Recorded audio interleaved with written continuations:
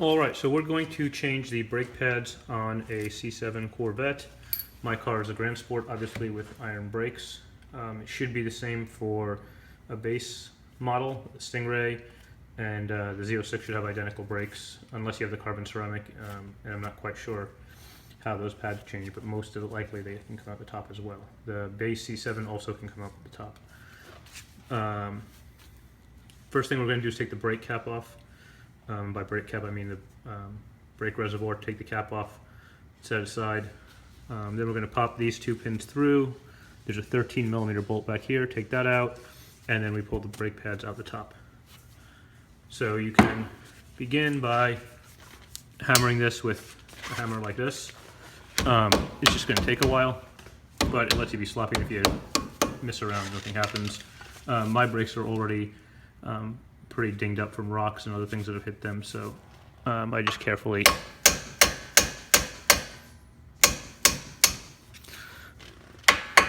hit that through. And there's a good amount of load on here. Sometimes you can get this to pull out. Sometimes you kind of need to give the first one a little bit. I usually use a punch, but I can't find them today. I don't know what happened to them. So you can just use anything that'll help you push it through.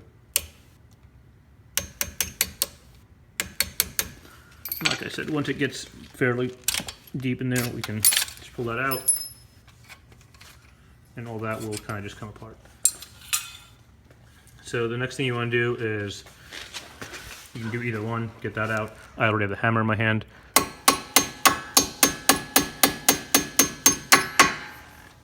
And that pops out a lot easier when there's not load on it from the retaining clip. And then take the 13mm off here. It's a little bit hard working around the camera, but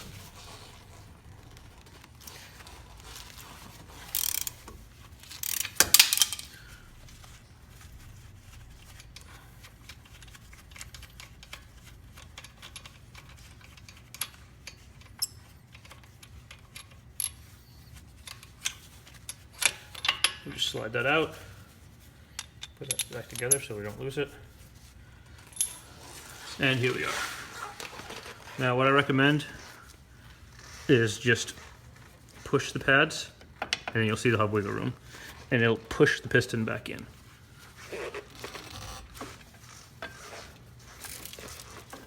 So that's all you need to do.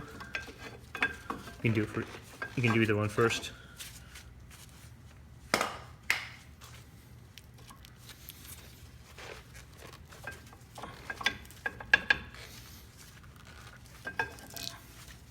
And just like that, they come out. You're probably better off doing one at a time, because what happens is the pistons will come back out. I probably should have done them one at a time, but it's not a big deal. You can actually just reach in there and feel the pistons and push them back in. It's pretty obvious you'll feel them. They're just cylinders that push out this way. And that's what pushes your pad against your rotor, but you can feel in there. It's pretty easy to tell if they're flush or not. One thing I'm going to say this over and over again is when you do this, when you're changing your pads and you're pushing your pistons back in, when you get back in your car, everything's back assembled, you need to pump your brakes because your pistons are still all the way in, and when you hit the brakes the first time, it's not going to push out far enough to grab the brakes. So you'll hear me say it again, because I don't want to see anyone crash that car due to a brake failure when they were changing their brakes. So I am going to put just low dust brake pads in because I've gotten to the point where I need to switch them out for the track anyway, so I might as well use low dust ones for the street. So simple as just putting it in there, making sure the pistons are in all the way, and that's about it. It's pretty easy to get that done. Now the back one, I can even see that the pistons are sticking out a good bit. What I'm actually going to do is put the thinner old pad back in there and push on that just to push the piston back in.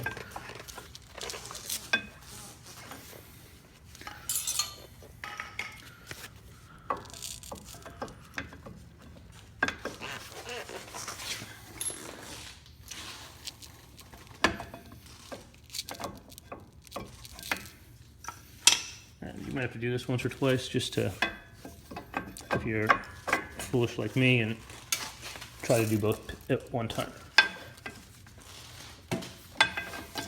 That's also why you're opening the cap, so that you can push the brake fluid out. So once we do that, you're all set. Now those pads are also probably about halfway worn, so they're a lot thinner than these, which is why it gave me a little bit of trouble. So first thing I'll do is push the pin back in, and then just push it all the way through and kind of try to get it lined up with that hole. And that's generally pretty good enough because we'll just hammer it and it'll find its way. You don't have to push it in all the way now.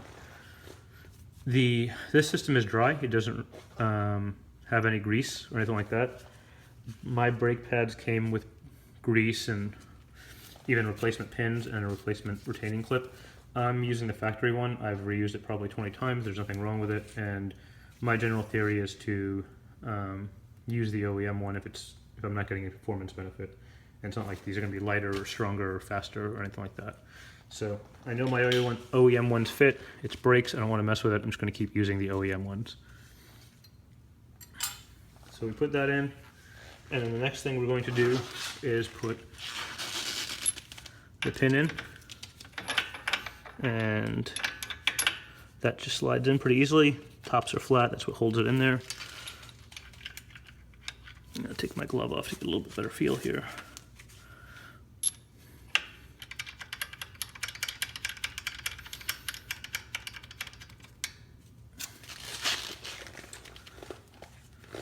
And then put this in before we put the next pin in, because otherwise it obviously won't go in. The last pin is in there.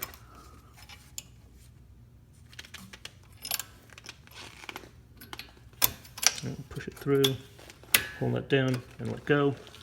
And it should be in there most of the way. Now again, you can use this if you're not comfortable with it. It just kind of takes forever.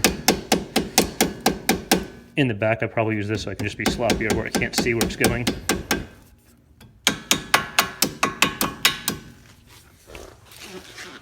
It's kind of hard to do around the camera.